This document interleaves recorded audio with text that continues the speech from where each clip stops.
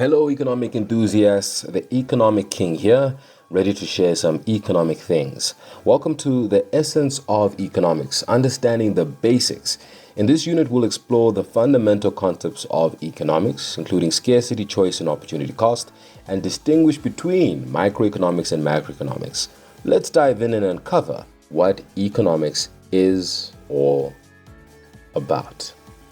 Now, economics in this case involves the production, distribution, and consumption of goods and services based on behaviors, needs, wants, and the decisions of individuals and groups. It is divided into microeconomics, which in this case is the individual and business decisions, and macroeconomics, which in this case would be your national and global economic issues. Right now, your key concepts, once again, are scarcity, choice, and opportunity costs.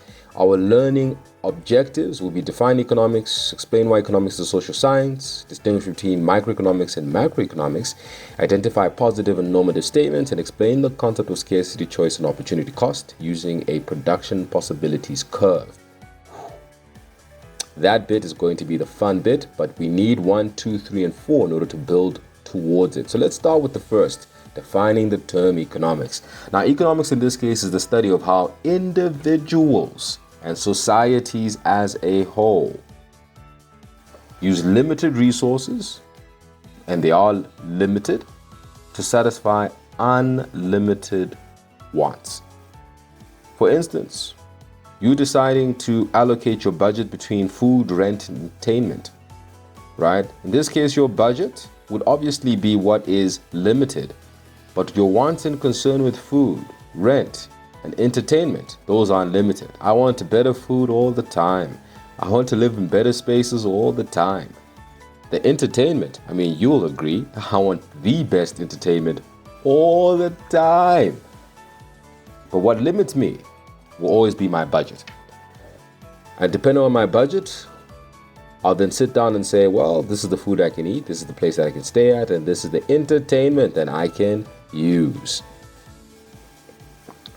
Now, in concern with why economics is a social science and not a science in and of itself, is because it studies human behavior and interactions in the context of production, distribution, and consumption of goods and services. Now, an example in this case would be how we would analyze changes in tax policy and how that affects consumer spending. Now, easily put, is that if my taxes in this case begin to increase, then naturally the money that I have, that income that I have, will obviously start to decrease. And this is my disposable income that I'm talking about. So if I was earning 10,000 Rand and they start taxing it at 20%, it typically means that going forward, I only have 8,000 Rand as disposable income because they've taken 2,000 Rand due to the taxes. So my disposable income of 10,000 has dropped by 2,000 Rand. Right. However, if I was fortunate enough and taxes in this case went to 10%, this typically means that I now have 9,000 Rand because they are only taking away 1,000 Rand. And this is what we then begin to start looking at from a consumer perspective, that if you have less taxes, naturally you have people spending a whole lot of money, and vice versa. The more taxes you have, the less people spend money. Now, economics is divided into two, your macroeconomics and your microeconomics. Your macroeconomics focuses on national and global economic issues, whereas your microeconomics focuses on individual, household, and business decisions. It's very small. And if you think of micro, it's typically looking at small stuff. When you look at macro, it's observing larger things. Right? An example in this case, and there's quite a few in box 1.3 inside your textbooks, you'll find that micro is just, let's say for instance, a company pricing strategy. What should we charge the end user?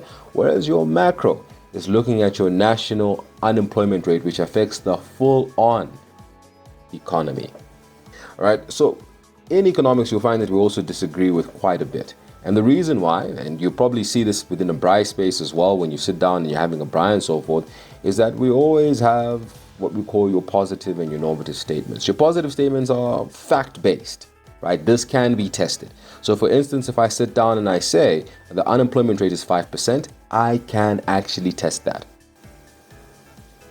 However, normative statements are now subjective and value-based, and they are really emotionally charged as well. So someone will be very emotional about something, and it may sound like a fact, but it's not something that can actually be tested. For instance, the government should reduce unemployment. Great.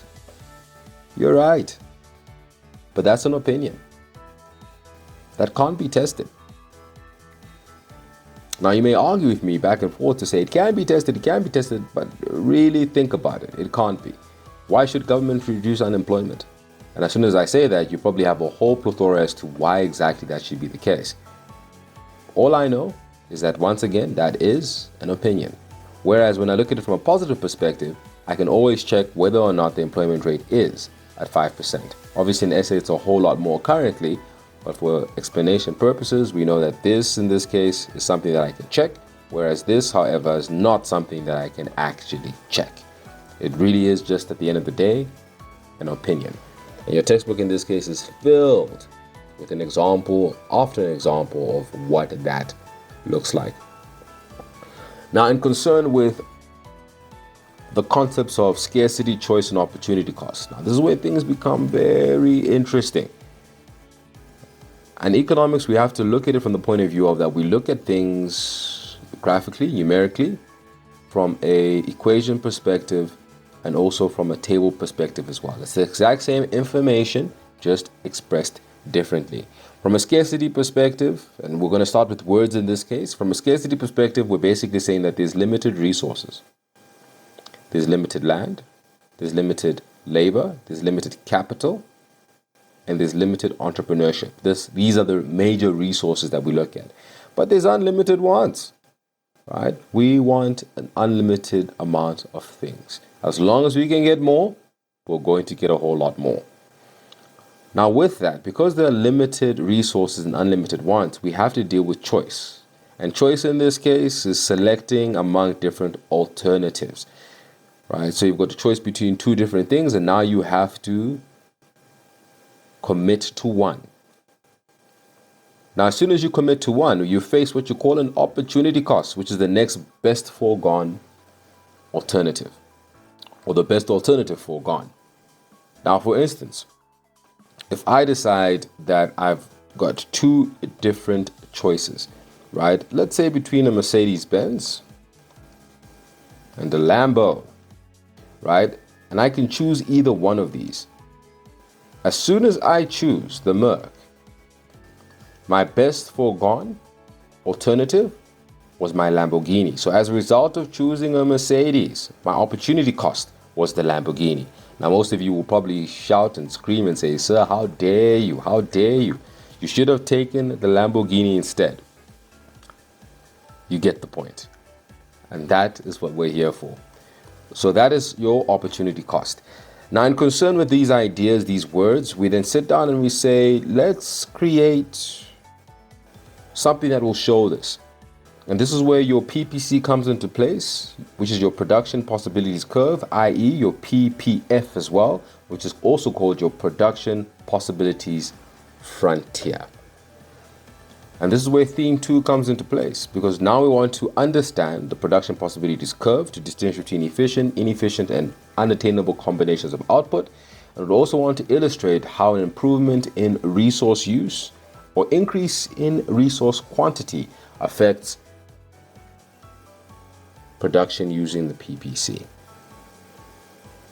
Now, your PPC in this case is graphically represented as follows. It has a y-axis, and then it has your x-axis as well, also inside your textbooks, right? And there's two goods that we compare output perspective wise. So let's say in this case, we're looking at good Y, and we've got good X, right? And then we have what we call a concave curve between the two. Now, typically, if we're looking for an efficient combination, it typically means that I can have both goods in combination right here I'd have obviously a whole lot more of good y and 0 of good x. And right over here, I'd have only good x and no good y. But as I begin to obviously get to different points on this specific curve, let's call this point A to point B, what you'll see here is a negative relationship come into play. Because as soon as I want more of good x, I begin to lose out of good y. The more I want of good y, I begin to lose out on good x. And that's where opportunity cost comes into play. The more you have of one thing, the less you will have of the other. Now, in order to make sure that my points in this case, or my choices, are in a position that allows me to make efficient choices, we then have to look at what the efficient combinations are, or inefficient combinations and unattainable combinations as well. Simply put, anything that's on this curve, ladies and gentlemen, is a efficient combination. It means that I am utilizing my choice to the best of its ability. From an output perspective, it also means that our specific community is producing to the best of its ability, given the resources that it currently has. Now, if I choose a point inside, say we call this point H, this is attainable, something that I can attain, but it is not efficient because it is within this specific space. I could use more of my resources to get to a point of efficiency. So yes, we can obtain this, but would prefer to be on this specific line, right? An equivalent of this is having, say, a car that has a huge horsepower. Back to the Lamborghini example, but I only drive it in the suburbs. Would want that thing to be on the highway, or on an autobahn, to make sure we maximize the speed of that specific machine. Okay. And it's the same thing here, right? Driving in the suburbs, point H. Anything on the curve, however, definitely using it to the best of its capability, given the resources that we currently have. I hope that makes sense. Your unattainable combination in this case, or a scarce good, would be, let's say, point J. Anything that's outside of this specific curve. Now, the reason why it's unobtainable is because we do not have the resources to get there. The equivalent of this is me saying that now I'm going to drive 400 kilometers in this Lamborghini. That's impossible. The engine was not made to get to that specific point. So as a result, we realize that this is something that we cannot necessarily obtain, and therefore it's unobtainable. And as a result, it shows scarcity, that we can't necessarily obtain it. Now, the PPC in and of itself does not remain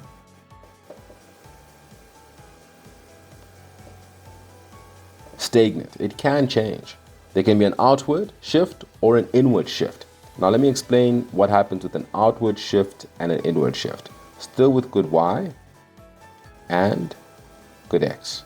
And we have our PPC, which cuts both axes, and which is a concave curve.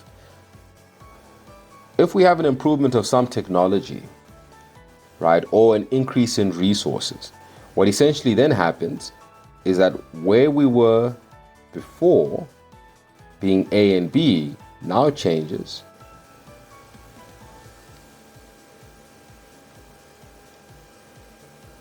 to A and B. As a result of an improvement in technology or an increase in resources. However, if for some strange reason there was a decrease in resources or technology degradation,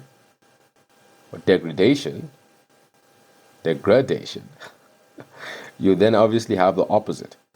Right, so an improvement in this case would be AB to AB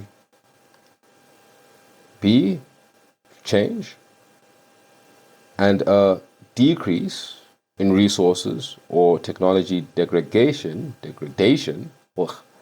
would therefore be A1, B1 to AB. So one needs to take that into consideration as well. Okay, that's shifts, right? But it doesn't also end with shifts, and I don't have it here on the slide, but I better represent it. If one of the goods changed, but one of them remains exactly the same. Back to A and B. So let's say one of them remains exactly the same. So let's say good Y in this case remains the same, but there's been an improvement of technology or an increase in resources for good X. Then this changes also as follows. And this, ladies and gentlemen, we call an outward swivel of the curve, showing an increase in only good X. And how do we represent this? Well, we represent it as follows. We say that as a result of a technological advancement or an increase in resources, our PPC has an outward swivel from A, B to A, B, 1. And the opposite can happen, because I know you're probably asking that exact same question right now. So what would happen if the opposite were to occur?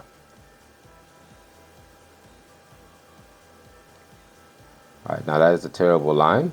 Forgive me, but I know that you get the point. All right, if we had an increase or improvement in technology, increase of resource or improvement in technology, we'll then have a situation where AB becomes A1B.